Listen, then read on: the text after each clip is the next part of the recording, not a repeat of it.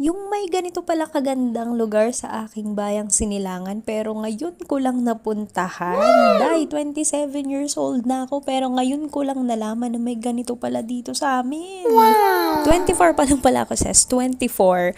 So let's go at samahan niyo na ako sa galang ito, mga sis.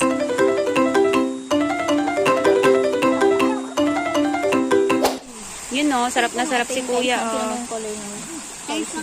Okay, bigla ang swimming. Let's go! Sino nagplano nito? Di ako. Uy, nag-alpino pa kayo ng jeep. Grabe naman. So, sa mga magtatanong kung paano pumunta doon, mga sis, sakay lang kayo ng jeep, pababa kayo sa may San Vicente, Santo Tomas, Batangas, sa Cabaong Bridge. And then sa kanto noon, may sakayan na ng tricycle at sabihin nyo, ihatid kayo sa Tag-Araw. So, from Cabaong Bridge, mga sis, nagbayad kami ng 150 pesos.